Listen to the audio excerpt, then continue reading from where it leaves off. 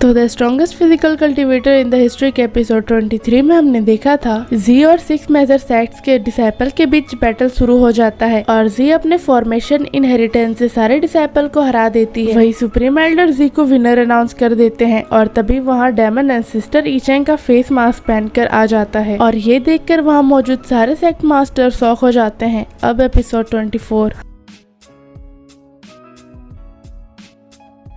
हम देखते Devon haven execution sword को दिखाते हुए बोलता है, मैं इनको समझाता हूँ कि कांजाओ का इंचार्ज कौन है। ये सुनकर बाकी 6 मेजर सेक्ट के मास्टर शौक रह जाते हैं। तभी जी जोरों से बहुत ही फनी तरीके से हंसने लगती है और डीमन उसकी हंसी सुनते हुए बोलता है, तुम्हें क्या दिक्कत है छोटी लड़की। तब ताइयो बोलती है, कुछ नहीं। फिर वो ईचेंग से बोलती है, ये तुम बनने की कोशिश कर रहा है और अब ये तुम्हारे जैसे बिहेव करने की भी कोशिश कर रहा है। तब ईचेंग अपने गाल पर हाथ रखते हुए बोलता है, क्या हम दोनों सच में सिमिलर दिख रहे हैं, पर मुझे ऐसा क्यों नहीं लग रहा है। और तभी तियानगेंग बोलता है, ये किंगजॉन साइड का फाउंडिंग एंसेस्टर ईचेंग है जो कभी वर्ल्ड का नंबर 1 हुआ करता था। फिर वो उस डेमन पर फिंगर पॉइंट करते हुए बोलता है, ये अब 2000 साल से ज्यादा बुढ़ा हो चुका है और अब ये वापस आया है। जरूर ये बहुत बुढ़ा हो गया होगा, ये अपर इलम में नहीं रह सका होगा इसलिए ये निकल गया। और तभी वो बैटल फील्ड में छलांग मार देता है। साथ ही वो बोलता है, तुम वर्ल्ड में नंबर 1 हुआ करते थे। और तभी वो बैटल फील्ड में छलांग मार देता है। साथ ही वो बोलता है, क्योंकि तुम मुझसे नहीं मिले थे। तब वो डीमन पर फिंगर पॉइंट करते हुए बोलता है, तुम अब एक बुढ़े पर्सन हो गए हो और तुम्हारे जैसा मुझे नहीं बता सकता कि मुझे क्या करना चाहिए। और वो डेमन बोलता है, क्या बुढ़ा पर्सन। फिर वो ह्यांग वैंग से बोलता है, बहुत लंबे समय से किसी ने भी मुझसे ऐसे बात करने की हिम्मत नहीं की है। तुम तो बस एक ऑनरेबल पर्सन हो जो कि अभी तक एक सेंट रिलम तक भी नहीं पहुंच सका है। फिर वो उस पर गुस्से से चिल्लाते हुए बोलता है, तुम्हारी हिम्मत कैसे हुई। तभी तियानगेंग बहुत डर जाता है और उसका पसीना छूटने लगता है। तभी डीमन अपना हेवन एग्जीक्यूशन स्वॉर्ड उठा लेता है और बोलता है, ये तो एक सेंट्स का लैंड है ना, लेकिन अब क्या पॉसिबल है कि यहाँ पर कोई एक सेंट भी जन्मा हो। और तुमने कैसे कह दिया कि मैं बुढ़ा हो चुका हूँ। और क्या तुम हेवन एग्जीक्यूशन स्वॉर्ड नहीं लेना चाहते हो, तो ठीक है, तुम मुझे हरा दो या फिर मुझे जान से मार दो,